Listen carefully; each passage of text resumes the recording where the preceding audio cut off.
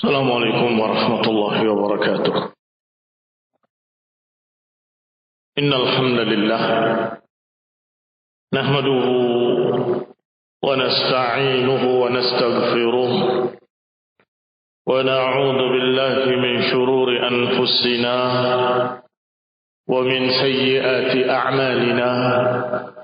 من يهده الله فلا مضل له ومن يضلل فلا هادي له، وأشهد أن لا إله إلا الله وحده لا شريك له، وأشهد أن محمدا عبده ورسوله صلى الله عليه وعلى آله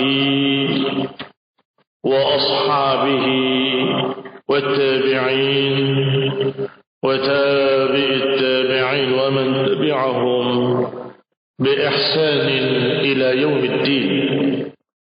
يا أيها الذين آمنوا اتقوا الله حق تقاته ولا تموتن إلا وأنتم مسلمون.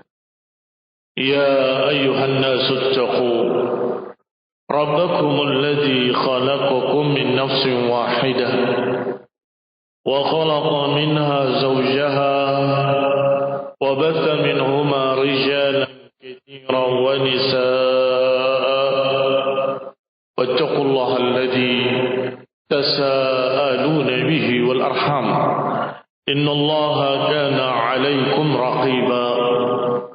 يا أيها الذين آمنوا اتقوا الله وقولوا قولا سديدا يصلح لكم أعمالكم ويغفر لكم ذنوبكم، ومن يطع الله ورسوله فقد فاز فوزا عظيما.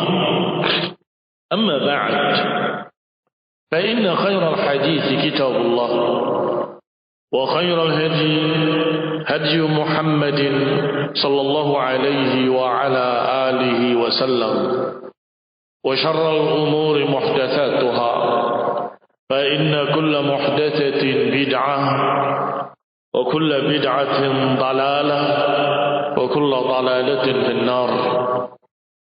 إخواني الحاضرين، kaum muslimin kaum muslimat rahimani wa rahimakumullah. Kita lanjutkan pembahasan tentang tanggung jawab orang tua dalam pendidikan anak. Dan sudah dibahas poin pertama, hendaklah seseorang menjadi saleh agar kesalehannya akan berpengaruh pada istri dan anak-anaknya. Yang kedua, barakallahu fikum, ketika akan menikah, maka pilihlah wanita yang salihah, karena dia nanti akan menjadi ibu dari anak-anak kita dan menjadi pendidik terhadap anak-anak kita. Yang ketiga juga sudah dibahas bahwa ketika jima', jangan lupa, bukan hanya urusan memuaskan hasrat, tetapi ada niat untuk mendapatkan turunan yang salihah. Ada niat ingin agar Allah Subhanahu wa taala memberikan rezeki keturunan yang baik, sehingga tidak lupa mengucapkan bismillah dengan ikhlas dari hatinya. Dan kemudian barakallahu fikum, yang berikutnya adalah doa. Ini penting.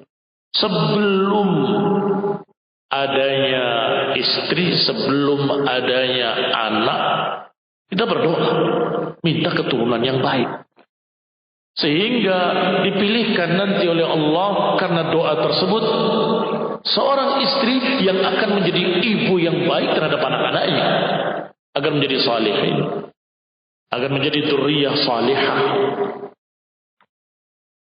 Diajarkan sekian banyak doa yang berkait dengan ini. Di antaranya Allah Subhanahu wa taala berfirman, mengajarkan sebuah doa, Rabbana hablana min azwajina wa dhurriyyatina qurrata a'yun waj'alna lil muttaqina imama. Wahai Rabb kami, berikan kepada kami istri-istri kami dan anak-anak kami, jadikan mereka sebagai qurrata a'yun, penyejuk jiwa, yang menyenangkan hati. Waj'alna lil muttaqina imama, dan jadikan kami sebagai pemimpin-pemimpin orang yang takwa, yakni istri dan anak-anak muttaqin, dan kita pemimpinnya. Menjadi imaman lil muttaqin. Waj'alna lil muttaqina imama, jadikan kami pemimpin orang-orang yang takwa. Ikhwan fillah azakumullah, yang belum menikah doa seperti ini agar diberi azwajan, diberi istri-istri yang menyejukkan jiwa, menyenangkan hati, dan juga menjadi engkau menjadi pemimpin orang yang takwa. Setelah punya istri, jangan putus asa. Tapi istri saya begini dan begitu. Ya doa, hablana min azwajina wa dzurriyyatina qurrata a'yun, maknanya jadikan istri kami menjadi lebih baik, menjadi lebih saleh, lebih takwa. Demikian pula anak-anak kami, jadikan ya Allah lebih baik, lebih takwa. Waj'alna lil muttaqina imama, jadikan kami pemimpin mereka orang-orang yang takwa. Demikian pula barakallahu fikum dikisahkan doanya Nabi Zakaria alaihi salam. Qala rabbi habli min ladunka dzurriyyatan thayyibah innaka sami'ud du'a. Rabbi habli, Rabbku berikanlah kepadaku dari sisimu dzurriyyatan thayyibah, turunan yang baik. Sesungguhnya engkau maha mendengar doa. Nabi Zakaria berdoa dengan lirih tidak sebentar, sampai beliau tua renta. Wahanal 'azmu minni, kata Nabi Zakaria, washta'ala ar-ra'su shayba wa lam akun bidu'aika rabbi shaqiyya. Ya Allah, tulangku sudah mulai rapuh, rambutku sudah mulai memutih, tetapi aku tidak putus asa untuk terus meminta kepadamu. Allah kisahkan demikian dalam surat Maryam. Dari ayat 4 sampai ayat 6. Rabbi inni wahanal 'azmu minni washta'ala ar-ra'su shayba walam akun bidu'aika rabbi shaqiyya wa inni khiftul mawaliya min warai, dan aku khawatir di belakangku enggak ada pewaris-pewaris yang akan melanjutkan dakwahku. Wa imraati 'aqira, sedangkan istriku aqir, mandul. Ikhwan fillah azakumullah, istilah mandul tidak punya anak, istilah manusia. Kalau Allah takdirkan punya anak, Allah hanya menyatakan kun, jadilah, maka jadilah dia. Idza arada syai'an an yaqula lahu kun fayakun. Bisa. Bagi Allah mudah. Sehingga jangan ketika ada kesimpulan dari dokter bahwa istrimu tidak mungkin punya anak karena begini, karena begitu, terus berhenti doa. Terus berdoa. Meminta kepada Allah Subhanahu wa taala. Sebagaimana Nabi Zakaria alaihi salam yang berkata dengan lirih, berbisik kepada Allah Subhanahu wa taala, ya Allah, aku khawatir enggak ada di belakangku pelanjut, yarisuni wa yarisu min ali Yaqub waj'alhu rabbi radiyya. Ya Allah, aku ingin keturunan yang akan mewarisi dariku dan mewarisi dari keluarga Yaqub. Waj'alhu rabbi radiyya, dan jadikanlah engkau Rabbku ridho kepadanya. Ikhwan fillah azakumullah, dikabulkan atau tidak dikabulkan? Allah berikan kabar gembira bi ghulamin ismuhu Yahya Allah kabulkan dalam keadaan sudah sama-sama tua, bahkan sudah dikenal akhir istrinya, mantul. Ternyata Allah berikan ala kibari iman. Walaupun keduanya sudah tua, sudah renta. Qadarullah wa ma syaa fa'al. Takdir Allah, apa yang Allah kehendaki pasti terjadi. Maka Allah berikan kabar gembira kepada Zakaria bahwa aku memberikan kepadamu seorang anak laki-laki, dan langsung Allah yang beri nama Yahya. Walaupun beliau alaihi salam bertanya-tanya, bagaimana mungkin? Apa bisa? Dan seterusnya. Ikhwanuddin a'azakumullah. Maka kemudian Allah memberikan tanda-tanda akan apa yang akan Allah berikan dari seorang anak. Ikhwanuddin a'azakumullah. Doa, kekuatan doa. Seorang wanita, istrinya Imran, Allah kisahkan bagaimana ketika dia hamil, dia berdoa, Rabbi inni nadartu ma fil batni muharraran fataqabbal minni. Ya Allah, aku bernadar apa yang ada di perutku ini nanti untukmu. Yani akan dididik menjadi pejuang dakwah, mengajarkan tauhid, membela agama. Inni nadartu ma fi batni muharraran fataqabbal minni. Nadartu laka ma fi batni. Ya Allah, aku bernadar untukmu apa yang di perutku ini. Ikhwanuddin a'azakumullah, niat dari sejak awal sebelum hamil sampai lahir. Fataqabbal minni innaka antas sami'u al-alim. Terimalah dariku, sungguhnya engkau maha mendengar, maha mengetahui. Walaupun ternyata yang lahir perempuan. Rabbi inni wada'tuha untha. Wahai Rabbku, kata Allah, wallahu a'lamu bima wada'at. Allah lebih tahu apa yang dilahirkan olehnya. Walaysa dzakaru kal untha. Memang laki-laki tidak sama dengan wanita. Tetapi lihatlah bagaimana wanita tadi yang dilahirkan. Ikhwanuddin a'azakumullah, istimewa. Sangat-sangat istimewa.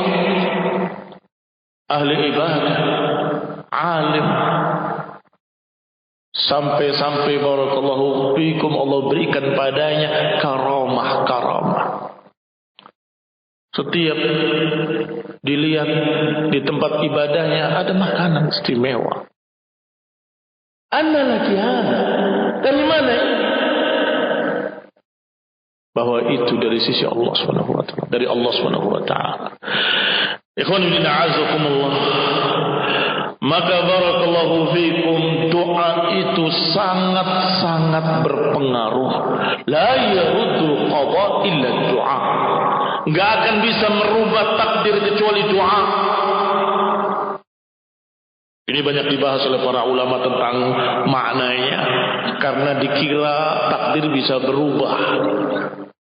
Kata para ulama, doanya dia pun sudah ditakdirkan. Karena doa itulah kemudian Allah takdirkan begini. Sehingga kalau ada seseorang yang diberi taufik untuk berdoa, bergembiralah. Berarti engkau diberi oleh Allah Subhanahu wa taala taufik, dan itu tanda-tanda kebaikan.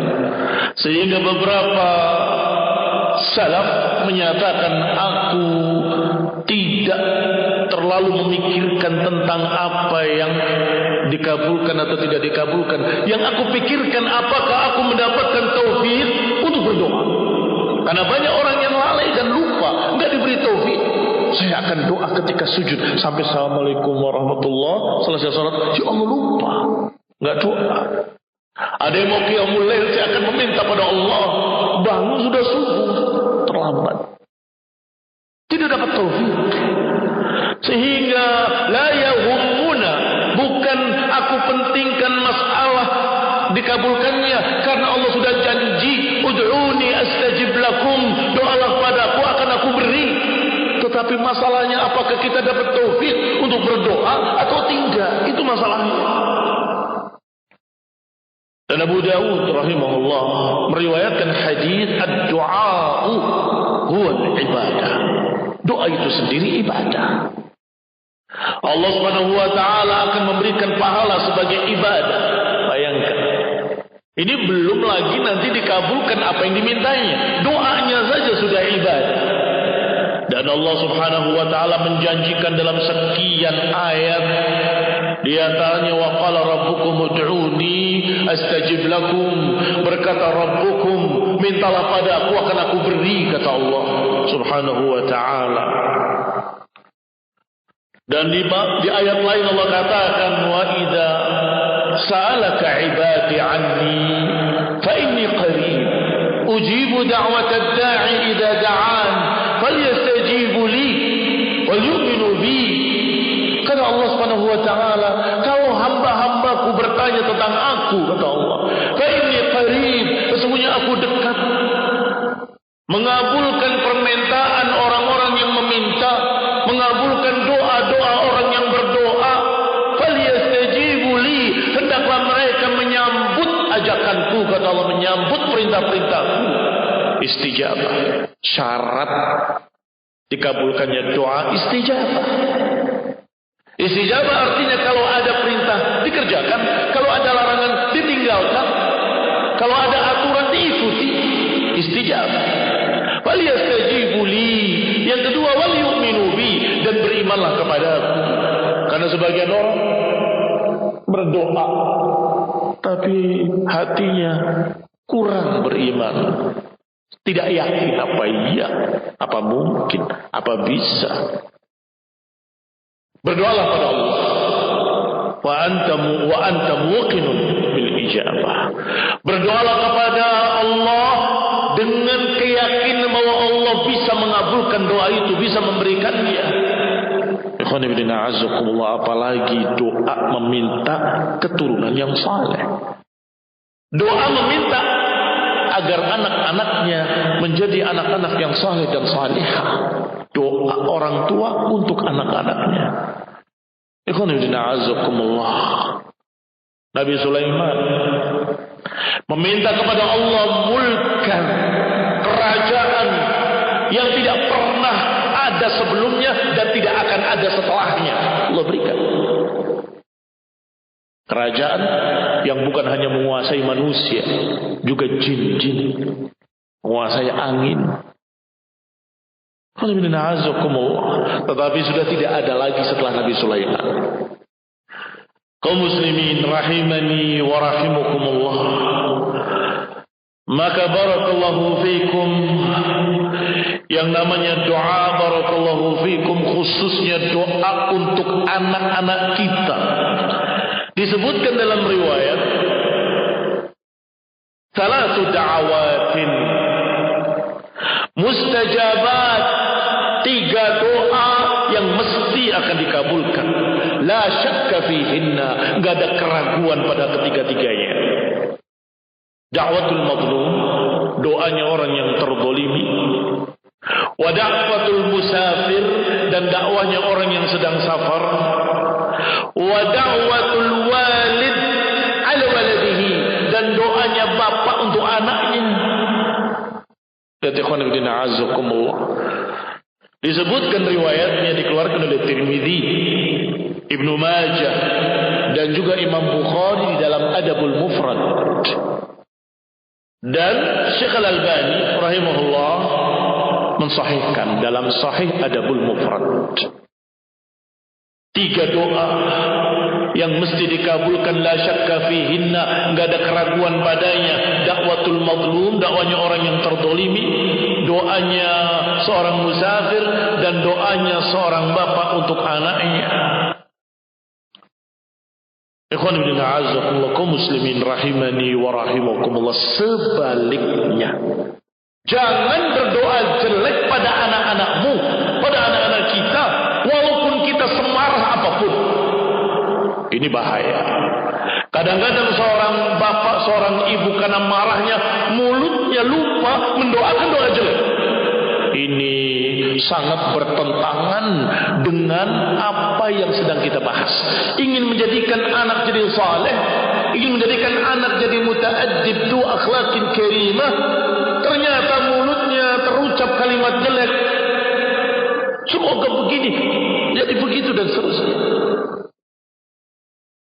Ikhwani bin a'azzakumullah, disebutkan diantaranya peringatan dari Nabi SAW, la tad'u ala anfusikum wa la tad'u ala auladikum wa la tad'u ala amwalikum. Jangan kalian berdoa kejelekan atas diri-diri kalian, jangan kalian mendoakan kejelekan atas anak-anak kalian, dan jangan kalian berdoa kejelekan terhadap harta-harta kalian. Naik mobil mogok lagi, apa ini? Mudah-mudahan begini saja, hancurin aja mobil ini, ya Allah, hancur besoknya. Itu mobil hancur ya sudah, hartanya saja yang hilang. Kalau anak, ya wailah, celaka engkau rugi karena tidak ada anak yang mendoakan Rabbighfirli wali walidayya warhamhuma kama rabbayani shaghira. Kenapa? Jadi durhaka karena mulutmu mendoakan kemarin dengan doa jelek.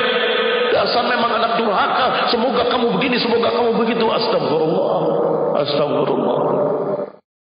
Ikhwan ibn a'azakumullah, ada seseorang yang datang kepada Abdullah ibn Mubarak rahimahullah, mengeluhkan tentang anaknya. Anak saya begini. Apa kata Abdullah ibn Mubarak? Da'auta ala walidik. Apakah kau pernah mendoakan kejelekan pada anakmu? Dia ingat-ingat, na'am, pernah. Anta afsadtahu, kata Abdullah bin Mubarak, engkau yang merusak anakmu sendiri. Ini ikhwan ibn a'azakumullah, doakan doa-doa baik. Puncaknya kemarahan paling kamu ucapkan, Allah yahdi, semoga Allah membimbing. Doa baik. Aslahakallah, marahi. Aslahakallah, semoga Allah memperbaiki kamu. Ini biasakan. Sebab kadang-kadang manusia berbicara dengan apa yang biasa dia ucapkan. Kalau biasa dengan doa-doa jelek, akhirnya terhadap anak pun ucapannya doa jelek. Dan tentunya dia akan rugi sendiri, seperti kata Abdullah bin Mubarak. Apakah engkau pernah mendoakan kejelekan terhadap anakmu? Iya, pernah. Anta afsadtahu. Berarti kau sendiri yang merusak anakmu. Ikhwan ibn a'azakumullah, kaum muslimin rahimani wa rahimakumullah. Yang berikutnya setelah doa adalah inayah bi asna'a wujuhi fi batni ummi, fi batnil perhatikan. Ini perhatian maksudnya. Jaga ketika anakmu masih di perut ibumu. Tadi sudah jimaanya, sudah berdoa. Ketika hamil pun berdoa. Bukan hanya berdoa, tetapi beramal sesuai dengan apa yang kamu doakan. Ada usaha, ada doa beriringan bersama. Menginginkan berdoa agar anaknya saleh, maka amalannya pun sesuai dengan harapannya. Bagaimana caranya supaya anak jadi saleh? Ikhwan bin a'azakumullah, sehingga dikatakan oleh Syekh Abdullah Al-Bukhari hafizahullah bahwa ketika anak di perut ibunya, jaga baik-baik. Jangan diganggu, jangan disakiti, jangan apalagi digugurkan. Kalau sampai engkau tidak memberikan kebaikan, gizinya, makanannya, vitaminnya, na'udzubillah, kalau sampai anaknya jadi cacat, atau anaknya keterbelakangan mental, atau rugi kamu. Bisa diupayakan dan diiringi doa. Sehingga berikan gizinya yang cukup, berikan makanannya yang cukup, berikan vitamin yang cukup semampunya. Dan kemudian meminta pada Allah Subhanahu wa taala agar diberi dzurriyyah salihah, lahir sebagai anak yang saleh. fala yajuzu, maka tidak diperbolehkan, ida'uhu, menyakiti ibu yang mengandung tadi. Lagi mengandung anakmu, kamu pukul, jatuh, akhirnya keguguran. Atau isqat dengan sengaja, gugurkan saja. Atau la yajuzu an tud'if nafsaha. Demikian pula ibu yang hamil jangan sengaja melemahkan dirinya. Enggak mau makan, enggak mau minum, enggak mau ini, enggak mau itu. Akhirnya imma anak itu jadi lemah, wa imma malah jatuh dia keguguran. Wa dzalikal khusran al-mubin, dan ini juga kerugian yang nyata. Mengapa? Karena ketika gagal mendapatkan anak karena kesalahanmu sendiri, engkau tidak jadi mendapatkan anak yang mengucapkan Rabbighfirli wali walidayya. Enggak ada yang mendoakan kamu. Padahal diriwayatkan dalam riwayat yang sahih dari Nabi sallallahu alaihi wa ala alihi wasallam, innar rajula turfa'u darajatuhu fil jannah. Ada seseorang yang tiba-tiba dinaikkan derajatnya dalam surga, dinaikkan derajatnya lebih tinggi lagi. Maka orang tadi terheran-heran dan bertanya, anna li hadhihi, dari mana ini? Kenapa kok bisa begini? Kok tiba-tiba aku dinaikkan di jannah yang lebih tinggi? Fayuqal, maka dikatakan kepadanya, bistighfari waladik, engkau dinaikkan derajatnya dalam surga karena doa anak-anakmu. Ada amalan soleh yang dia merasa tidak lakukan, tapi ternyata menjadikan dia derajatnya semakin tinggi. Amalnya siapa? Amalan anakmu. Kau bisa orang tuanya mendapatkannya karena anak itu min sa'yi abihi, karena anak itu dari upaya bapaknya yang mendidiknya, bapaknya yang mengajarinya, bapaknya yang memeliharanya, membesarkannya, memberi makannya, kemudian mengarahkan kepada amalan-amalan ibadah yang baik, yang saleh. Maka ketika dia beramal, orang tuanya pun ikut mendapatkan. Mandal ala khairin kafa'ilihi, siapa yang menunjukkan orang lain pada satu kebaikan, maka dia seperti pelakunya, mendapatkan pahala yang sama seperti pelakunya. Bayangkan kalau engkau ajarkan kebaikan pada anakmu dan anakmu jadi saleh, ahli ibadah, maka bapaknya akan mendapatkan karena dia dalla ala khair, yang mengajarkan anaknya, ya bunayya aqimis shalah, ya bunayya la tusyrik billah, ya bunayya. Ini barakallahu fikum. Maka sangat rugi kalau kemudian hanya karena kita tidak menjaga anak kita di kandungan ibunya, hanya karena kita melalaikan, mengabaikan apa yang diperlukan oleh seorang wanita yang hamil, kemudian tidak jadi mendapatkan anak, nggak jadi mendapatkan anak yang saleh, nggak jadi mendapatkan doa. Ini barakallahu fikum khusran. Yang berikutnya, ketika lahir pun disambut anak yang lahir tadi dengan sunnah, dengan apa yang diajarkan oleh Rasulullah sallallahu alaihi wa ala alihi wasallam. Di antaranya apa yang diriwayatkan oleh Abi Musa al-Asy'ari radhiyallahu taala anhu, beliau berkata, wulida li ghulamun, aku mendapatkan seorang anak laki-laki. Yani lahir seorang anak laki-laki milikku.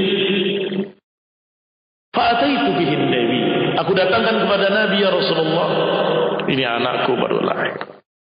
Fasammahu Ibrahim, kemudian Nabi menamakannya Ibrahim.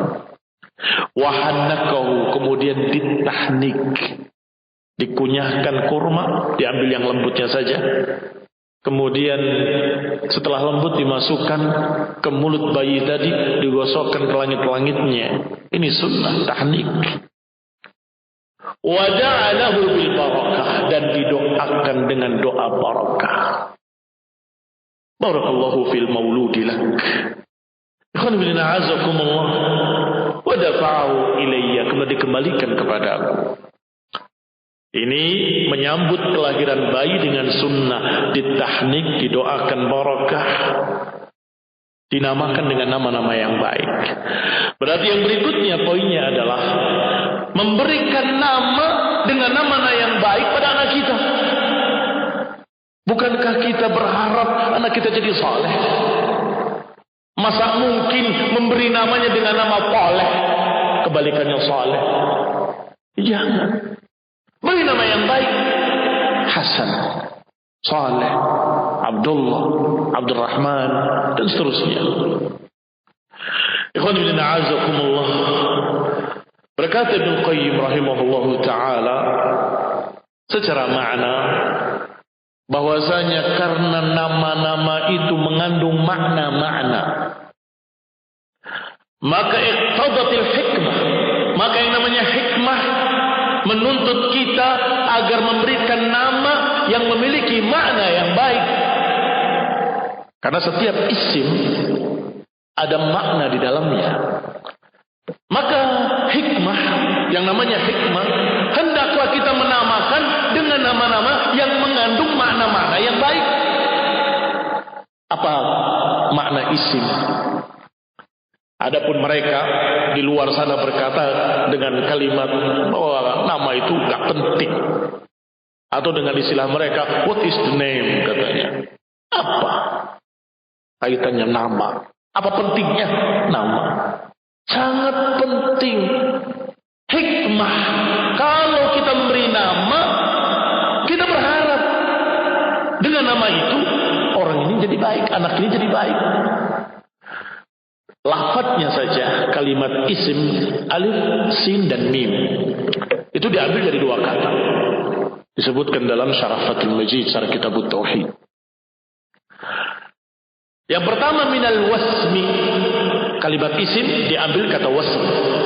Wasm maknanya tanda, bahwasanya ini gelas, jadi ditandai. Kalau yang kayak gini namanya gelas, itu wasm, dinamai, ditandai. Yang kedua, kalimat isim dari kata sumu. Sumu artinya tinggi, ditinggikan. Nah, ini bukan gelas, anak. Diberi nama, ditandai, dan dimuliakan. Sumu artinya tinggi, ditinggikan. Idan man summiya bi syai'in wusima bihi, dia ditandai dan ditinggikan. Kalau ini hanya ditandai saja, ini meja, ini gelas, hanya wasm saja. Tetapi ketika memberi nama anak, ditandai, ini fulan bukan fulan, untuk dibedakan satu dan lainnya, itu wasm. Tetapi juga minas sumu, diangkat, dimuliakan, ditinggikan. Maka ambillah nama-nama yang memuliakannya, nama-nama yang meninggikannya, karena kita berharap dengan nama itu agar anak tadi benar-benar jadi seperti itu. Seperti tadi disebutkan saleh, karena berharap anak ini jadi saleh. Ikhwan fillah, a'azakumullah, kaum muslimin rahimani wa rahimakumullah, dibahas panjang lebar oleh Ibnu Qayyim dalam Zadul Ma'ad. Diriwayatkan dari Sahal bin Sa'ad radhiyallahu taala anhu, beliau berkata, didatangkan Mundir ibni Abi Usaid ila Rasulullah sallallahu alaihi wa ala alihi wasallam hina wulida. Bayi lahir dibawa kepada Nabi SAW, dipangku oleh Rasulullah sallallahu alaihi wa ala alihi wasallam di pangkuannya. Wa Abu Usaid jalis, sedangkan Rasulullah SAW memangku anak tadi, sampai tiba-tiba Rasulullah SAW agak ngantuk. Kata bapaknya, ambil anak itu. Kasihan Rasulullah SAW, capek, diambil. Rasulullah tersadar, Ainal gulam, ainal sobi, mana anak tadi? Kata Abu Usaid, kami kembalikan ya Rasulullah. Masmuhu, siapa namanya? Qala fulanun, gak disebut namanya. Tapi Nabi tidak suka dengan nama itu, tidak bagus, makanya nggak disebut fulan.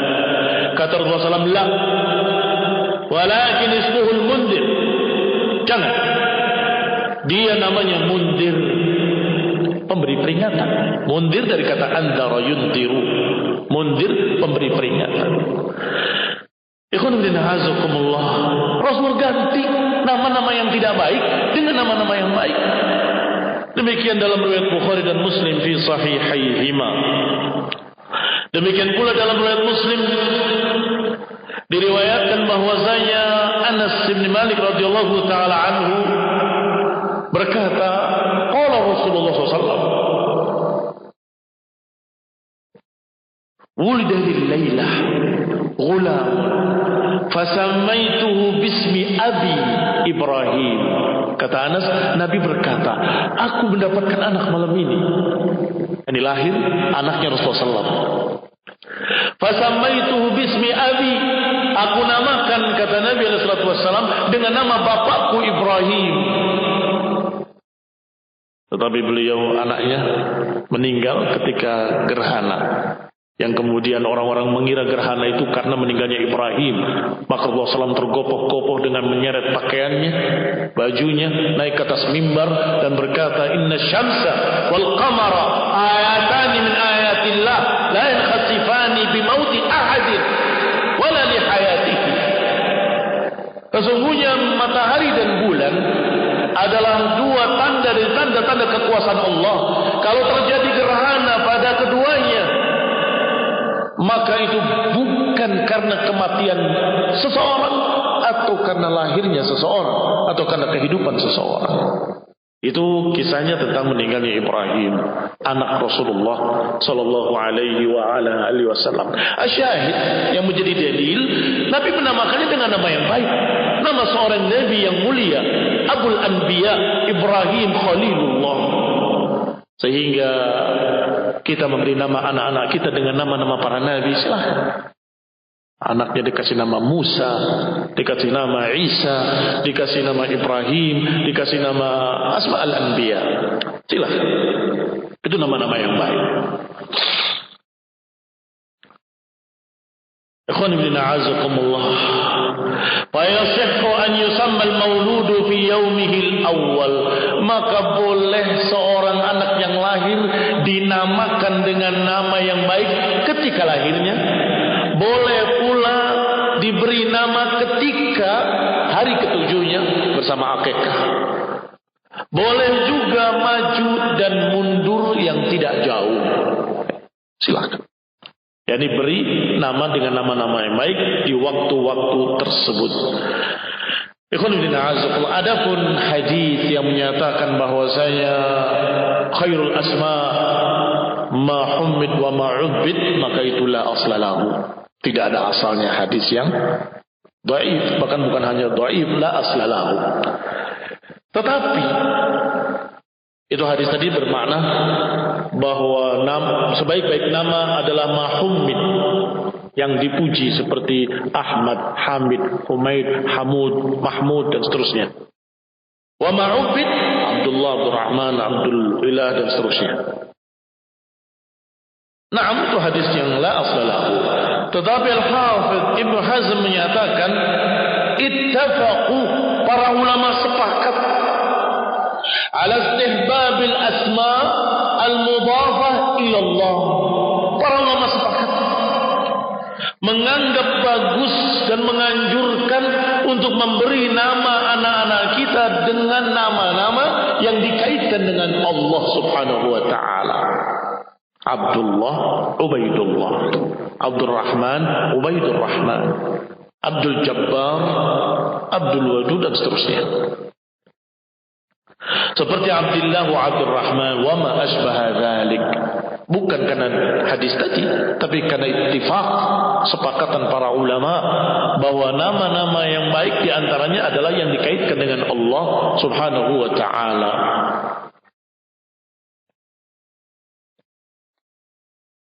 Yang tidak boleh adalah nama yang mengandung kekufuran. Abdullah misalnya, budaknya Lata, atau apalagi yang mengandung kesyirikan-kesyirikan. Yang kedua, tidak boleh memakai nama-nama orang kafir.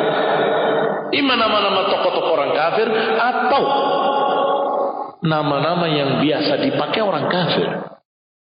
Baik, kalau ada dialek yang berbeda, maka pakai dialek kaum muslimin.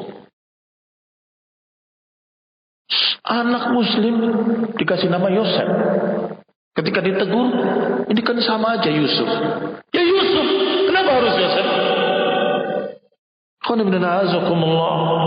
Ini sangat-sangat berbahaya, karena nanti anak tadi akan terpengaruh. Namanya sama dengan Santo Yosef, pendeta. Sama dengan sifat jangan-jangan dan seterusnya. Yang ketiga, yang tidak boleh menjadi nama adalah tazkiyah, maksum, yang tidak punya salah. Jangan. Tidak mungkin ada satu orang pun yang maksum kecuali Rasulullah sallallahu alaihi wasallam. Demikian pula barakallahu fikum nama-nama yang mengandung tazkiyah, Rasulullah SAW merubahnya. Seperti diriwayatkan bahwa Muhammad ibn Amr ibn Atha menamakan anak perempuannya dengan Barrah. Maka berkata Zainab binti Abi Salamah radhiyallahu taala anha, Rasulullah SAW melarang nama seperti itu. Maka disampaikanlah pada Rasulullah SAW. Kemudian Nabi bersabda, la tuzakku anfusakum. Jangan sucikan diri-diri kalian. Allahu a'lamu bi ahlil birri minkum. Allah tahu siapa ahlul bir. Ini Barrah itu dari kata bir. Fala tuzakku anfusakum huwa a'lamu biman ittaqa. Ikhwanul muslimin rahimani wa rahimakumullah. Yang bukan ketiga, sudah dihitung dari awal, al-aqiqah, termasuk menyambut kelahiran anak kita, adalah dengan mengakikahinya, menyembelih 2 ekor kambing kalau anaknya laki-laki, dan menyembelih 1 ekor kambing kalau anaknya perempuan. Fi yaumi sabi'ihi, di hari ke-7-nya. Dan Imam Ahmad rahimahullah, sebagaimana dikatakan oleh Abdullah, anaknya Abdullah ibn Imam Ahmad rahimahumullah, semoga Allah merahmati keduanya, qala abi fil aqiqah, bapakku yakni Imam Ahmad berkata tentang aqiqah, tudbah yaum as-sabi', disembelihkan untuknya di hari ke-7-nya, kalau tidak bisa di hari ke-14, kalau tidak bisa di hari ke-21, kalau tidak bisa kapanpun dia bisa. Mata sya'a mata tayassara, kapan mudah baginya, kapan dia bisa. Al-dzakari syatani walil untha syat. Untuk laki-laki 2 ekor kambing, untuk perempuan 1 ekor kambing. Dan setiap anak yang lahir digadaikan dengan akikahnya, disembelihkan untuknya, wa yuhlaqu ra'suh, dan digundul kepalanya. Ikhwanuddin a'azzakumullah muslimin rahimani wa rahimakumullah. Setelah itu, poin berikutnya adalah masa-masa menyusui. Seorang ibu harus menyusui anaknya dengan baik. Tidak ada yang lebih baik buat seorang bayi daripada susu ibunya. Tidak ada yang lebih baik baginya daripada susu ibunya. Fala yu'zalu at-tiflu an halibil maka jangan dihalangi seorang anak dari susu ibunya kecuali karena darurat. Kalau nggak ada darurat jangan dihalangi. Dan bukan darurat kalau hanya urusannya penampilan. Takut rusak penampilannya, nggak mau menyusui. Astagfirullah. Itu hak mereka. Hak bayi untuk diberi ASI.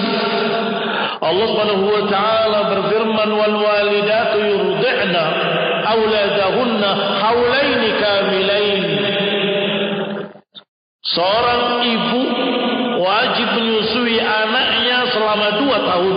Liman arada an yutimma ar-radha'ah, bagi siapa yang ingin menyempurnakan susuan.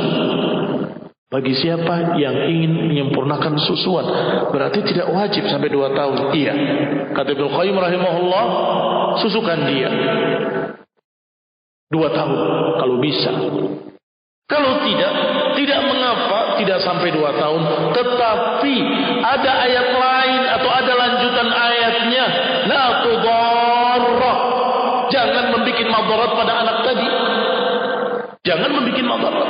Kalau ternyata dia sudah cukup, Masya Allah, bisa makan ini, bisa makan roti dan sebagainya, dalam keadaan belum 2 tahun, ya tidak mengapa.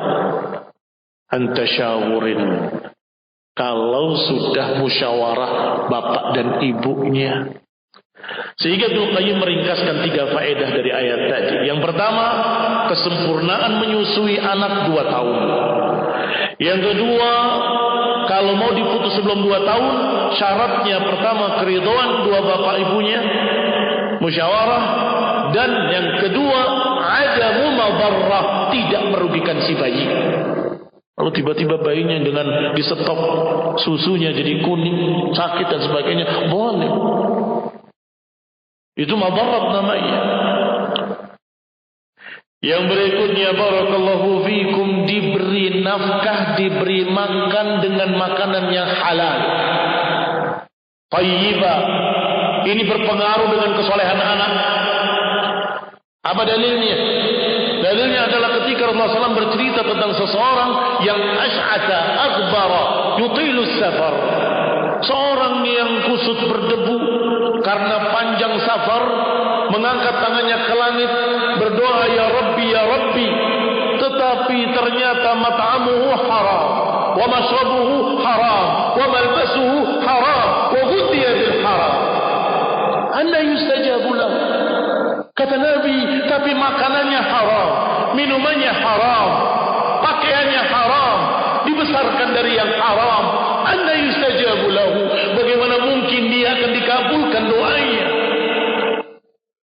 Perhatikan, syarat-syarat terkabulnya doa sudah ada. Pertama, safar. Itu tadi sudah dibacakan hadisnya. Doa yang akan dikabulkan. Kedua, mengangkat tangannya. Hadis yang sahih menyatakan siapa yang mengangkat tangannya dalam doa, maka Allah malu kalau orang itu menurunkan tangannya dalam keadaan sifar, dalam keadaan 0, tidak diberi, tidak dikabulkan. Allah malu untuk tidak mengabulkannya. Artinya itu juga tanda alamat dikabulkannya doa. Ya Rabbi, ya Rabbi, memanggil nama Allah Subhanahu wa taala. Itu yang ketiga. Yang menyebabkan doa bisa dikabulkan adalah memanggil nama-nama Allah yang baik. Tetapi semua itu terhalang karena makanannya haram, minumannya haram, ghudhiya bil haram. Maka wahai para bapak, wahai para pemimpin keluarga, usaha yang halal, walaupun hasilnya pas-pasan, asal halal thayyib, halalan thayyiba, mudah-mudahan barakah. Jangan karena ingin memberikan yang terbaik untuk anak-anak dan istrinya, dia kemudian curang, kemudian mencampur susu dengan air, kemudian berupaya untuk menipu, menyurangi timbangan, mengurangi takaran, dan seterusnya dan seterusnya. Tidak barakah. Dan anak tadi barakallahu fikum maka terpengaruh karena ghudhiya bil haram, dibesarkan dari yang haram, pakaiannya dari yang haram, minumannya dari yang haram. Yang berikutnya barakallahu fikum adalah tarbiyah makarimil akhlak dengan 2 perkara, ilmu wal amal. Artinya pendidikan barakallahu fikum bukan hanya teori. Teorinya diajarkan dan amalannya dicontohkan.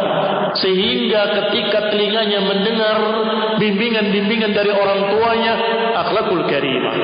Matanya ketika melihat ibu bapaknya juga akhlakul karimah. Cocok.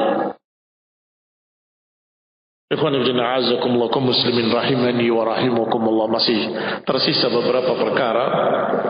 Tapi sepertinya waktunya telah habis. Barakallahu fikum wal afu minkum. Wabillahi taufiq wa sallallahu ala Muhammadin wa ala alihi wa ashabihi wa sallama tasliman katsira. Wassalamu alaikum warahmatullahi wabarakatuh.